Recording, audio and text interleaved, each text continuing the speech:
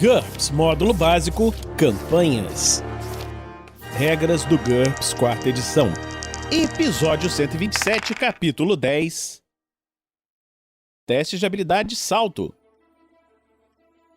Uma produção RPG Next. Fala galera, bem-vindos a mais um Regras do GURPS 4ª edição. Nós vamos continuar aqui os testes de habilidade, agora falando sobre salto. Você quer ler, Heitor? Heitor tá com a gente de novo! Opa, gente! Claro, posso ler. Olha, então é o seguinte, salto, né? Para começar. Quando um personagem deseja saltar sobre um objeto com modificador de tamanho 3 ou mais níveis menor que o seu, o que abrange a maior parte dos obstáculos comuns, o mestre deve só dizer, ok, você saltou sobre esse obstáculo e continua a sessão. Esses saltos são automaticamente bem-sucedidos. Só que quando o obstáculo aparenta ser significativo ou se o mestre colocou ele lá deliberadamente como um perigo, você tem que usar as regras a seguir. Vamos ver essas regras então. A distância do salto. O deslocamento básico determina a distância dos saltos da seguinte maneira. Salto em altura é 15 vezes o deslocamento básico menos 25 centímetros. Por exemplo, um deslocamento básico de 6 permite que o personagem salte 65 centímetros verticalmente. No caso de um salto com impulso, acrescente o número de metros percorridos ao deslocamento básico para calcular a fórmula. A maior altura possível para um salto em altura com impulso é o dobro do salto em altura normal. Salto em distância, 60 vezes o deslocamento básico, menos 90 centímetros. Por exemplo, um deslocamento básico de 6 permite que o personagem salte 2,7 metros se estiver parado. No caso de um salto com impulso, acrescente o número de metros percorrido ao deslocamento básico para calcular a fórmula. A maior distância possível para um salto em distância com impulso é o dobro do salto em distância normal. Porque é claro que você consegue saltar muito mais para frente do que você consegue saltar para cima, né? Exato. E esses valores estão todos considerando uma pessoa com deslocamento básico de 6, que é digno ressaltar que assim, uma pessoa que tem deslocamento básico de 6 é uma pessoa extremamente atlética, tipo um combatente, alguém que tem uma força na perna muito grande, porque ainda assim saltar 2,70 m para frente é barra. Né? É só você tentar dar um salto pra frente. Você vai ver que você dificilmente vai saltar mais do que 1 metro. E ainda vai estourar o joelho quando cair. O personagem com a vantagem de deslocamento ampliado solo, que nós já vimos anteriormente, pode aplicar seu multiplicador de movimento ao deslocamento básico antes de usá-lo nas fórmulas se ele estiver realizando um salto com impulso. Nesse caso, não acrescente os metros percorridos ao deslocamento básico. Por exemplo, um cavalo com deslocamento básico 6 e deslocamento ampliado 1 realiza saltos com impulso como se tivesse deslocamento básico 12. Um personagem com super salto dobra a distância final do salto para cada nível nessa vantagem, o que é cumulativo com os efeitos do deslocamento ampliado. Então, se ele tem super salto e deslocamento ampliado, ele vai ser o pula-pula, vai para um lado e para o outro. Exato. Né? Saltos durante o combate. As fórmulas de distância de salto assumem que o personagem leva algum tempo para se agachar e se preparar para o salto. Em combate, isso exige 2 manobras concentrar consecutivas. Eita! O cara perde 2 turnos. Só se preparando pra pular. É tipo gato, né? Abaixa assim, dá aquela tremidinha. Agora vai.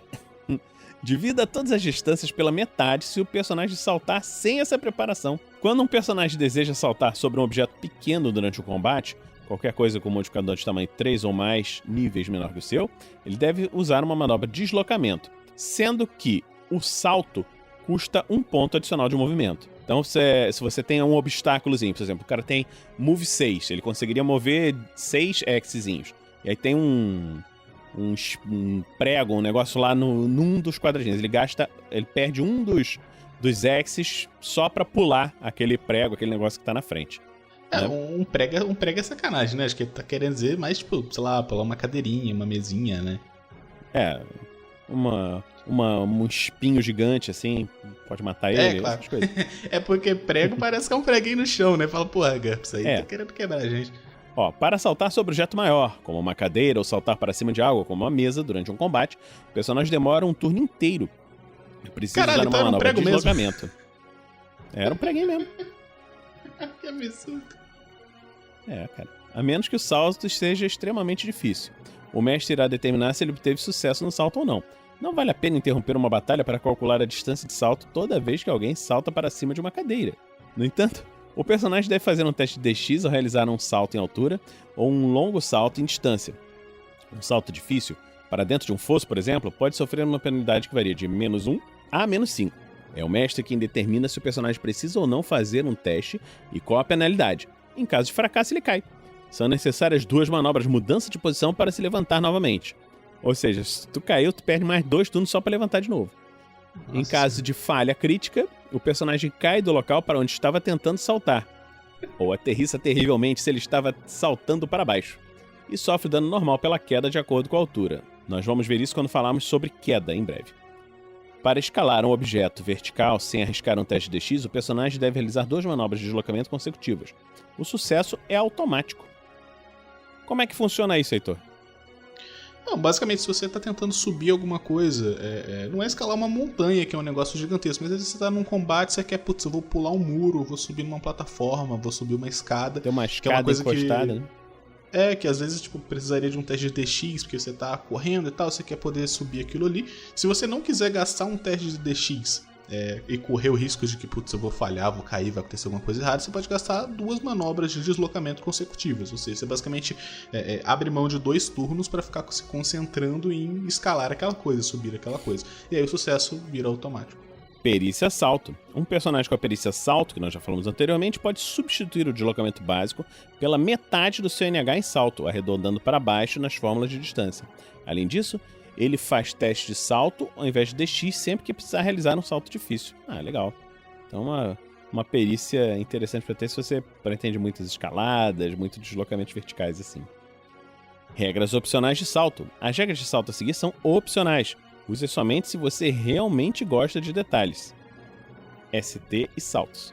O deslocamento básico é uma medida fácil de usar para a capacidade de saltar de um personagem. Afinal, ela mede a velocidade de corrida, e correr nada mais é do que uma série de saltos curtos. No entanto, super-heróis e monstros sobrenaturalmente fortes de ficção às vezes podem realizar saltos enormes sem serem velocistas. Para representar isso, o mestre pode permitir que personagens com uma base de carga maior do que seu peso corporal possam usar o maior valor entre ST/4, arredondada para baixo, ou deslocamento básico nas fórmulas de distância de salto. Saltos com carga. Para obter ainda mais realismo, multiplica a distância de salto pelos fatores de carga determinados em carga e deslocamento. Vezes 1 para nenhuma, vezes 0.8 para leve, vezes 0.6 para média, vezes 0.4 para pesada e vezes 0.2 para muito pesada. Elas são regras que elas são maldosas pensando do ponto de vista do jogador, mas dependendo da circunstância faz sentido. Tipo, talvez não numa campanha super-heróica medieval, onde as pessoas estão fazendo poder e não sei o que lá, mas às vezes você tá jogando, sei lá, uma campanha de guerra e tipo, você tem que pular um buraco e você tá carregando 50 kg de equipamento nas costas, entendeu? Então, dependendo da proposta da campanha, você usar um medidor desse pra falar, putz, você tá com uma carga bem pesada. Então a gente pega teu pulo, a gente multiplica por 0,4, para poder ver qual vai ser realmente a quantidade que você consegue pular, para ver se você consegue passar desse buraco, né? Porque aí vira uma coisa importante. É verdade. É aquilo que a gente falou, né? A quantidade de regras que você vai usar vai depender do que você está precisando, né? E do que o nível de realismo que vocês, os jogadores, estão querendo. É que ele falou assim: use somente se você quiser realmente, se você realmente gosta de detalhes. Regras opcionais aqui. Então é isso. Eu acho que terminamos aqui mais esse Regras do GURPS 4ª edição. Heitor, você quer falar alguma coisa aí pra galera?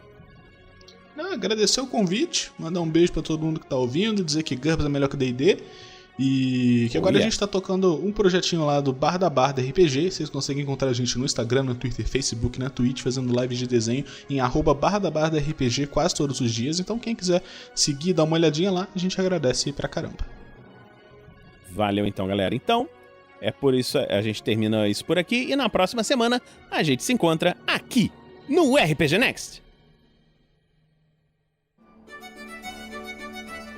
Regras do GURPS 4ª edição. Músicas por Kevin MacLeod e Scott Buckley. Uma produção RPG Next.